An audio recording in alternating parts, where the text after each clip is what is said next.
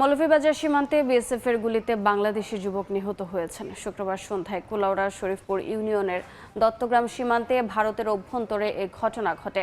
ঘটনার সত্যতা নিশ্চিত করে বিজিবি অধিনায়ক লেফটেন্যান্ট কর্নেল সরকার আসিফ মাহমুদ জানান, দত্তগ্রামের বাসিন্দা মুজিব সহ 6 থেকে 7 জন চোরাকারবারি মনু নদ পার হয়ে ভারতে ঢুকে পড়ে। সেখানে বিএসএফের টহল দল বাধা দিলে ক্ষিপ্ত হয়ে দেশীয় অস্ত্র নিয়ে হামলা চালানোর চেষ্টা চালায় চোরাকারবারিরা। এক পর্যায়ে বিএসএফ গুলি চালালে ঘটনাস্থলে মারা যায় মুজিব, দ্রুত সরে যায় অন্যরা। চাঁপাইনবাবগঞ্জ সীমান্ত এলাকার নদীপথে 15 জনকে বাংলাদেশে পুশিনের চেষ্টা করেছে বিএসএফ। তবে বিজিবির তাৎক্ষণিক বাধার মুখে বিএসএফের এই চেষ্টা ব্যর্থ হয়েছে। মধ্যরাতে গোমস্তাপুর রোকনপুর সীমান্তে ঘটনা ঘটে। বিজিবি জানায়, ভারতের কোটালপুর ক্যাম্পের বিএসএফ সদস্যরা ওই 15 জনকে নৌকাযোগে নদীপথে বাংলাদেশে পাঠানোর চেষ্টা করে। বিষয়টি টের পেয়ে বিজিবি সদস্যরা দ্রুত সেখানে অবস্থান নিয়ে বাধা দেয়। বিজিবির অনড় অবস্থানের কারণে অনুপ্রবেশের চেষ্টাকারীরা সীমান্তের শূন্য রেখায় ভারতের ভেতরেই দাঁড়িয়ে থাকতে বাধ্য হয়।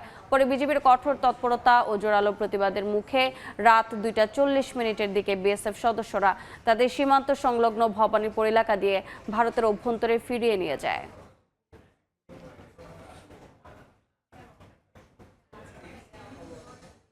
বিস্তারিত জানাতে চাঁপাইনবাবগঞ্জের রোকনপুর সীমান্তে আছেন সহকর্মী জাহাঙ্গীর আলম, যাচ্ছে তার কাছে। জাহাঙ্গীর,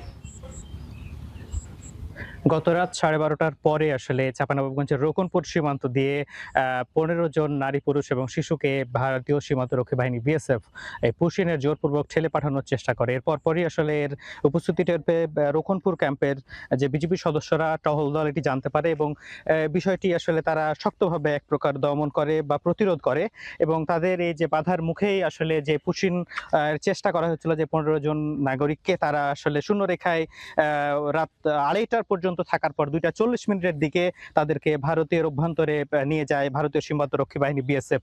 এরপর থেকেই মূলত এই সীমান্তে কঠোর নজরদারি এবং ব্যাপক তৎপরতা এবং উপস্থিতি বৃদ্ধি করেছে বিজিবি। আমরা দেখতে পাচ্ছি এখানে নৌপথে আসলে তারা টহল কার্যক্রম বৃদ্ধি করেছে, পাশাপাশি স্থলপথেও বাইনোকুলার এবং বিভিন্ন ড্রোন ক্যামেরা দিয়ে তারা বিভিন্ন তৎপরতা এই মুহূর্তে অব্যাহত রেখেছে। আমরা জানি যে এর আগে আসলে তার পাশের কয়েক কিলোমিটার দূরে আসলে বাঙ্গাবাড়ি সীমান্তে গত 4 জুন ভোর রাতের দিকে 28 জন নারী পুরুষকে ভারতীয় সীমান্তরক্ষী বাহিনী বিএসএফ জোরপূর্বক ঠেলে পাঠানোর চেষ্টা করে। এরপর তারা সেখানে 3 দিন আসলে শূন্যরেখা অবস্থান করার পর এক প্রকার বাধ্য হয়ে তাদেরকে ভারতীয় অভ্যন্তরে নিয়ে যায় ভারতীয় সীমান্তরক্ষী বাহিনী বিএসএফ। এরপর থেকেই মূলত চাঁপাইনবাবগঞ্জের বিভিন্ন সীমান্তগুলোতে ব্যাপক তৎপরতা এবং নজরদারি বৃদ্ধি করেছে। এই মুহূর্তে রোকনপুর সীমান্তে আমরা রয়েছি। এই সীমান্তে আমরা দেখতে পাচ্ছি যে ব্যাপক তারা তৎপর। এই মুহূর্তে বিজিবি সদস্যরাও টহল কার্যক্রম বৃদ্ধি করেছে এবং তারা বলছে যে কোনো ধরনের অবৈধ অনুপ্রবেশ বা পুশিনের অপতৎপরতা বা চেষ্টা তারা হতে দিবে না। এই মুহূর্তে তারা একটি শক্ত অবস্থানে এই মুহূর্তে রয়েছে। তবে সীমান্তের যে পরিস্থিতি সেটি কিন্তু এই মুহূর্তে শান্ত এবং স্বাভাবিকই রয়েছে অনেকটা বলা যায়।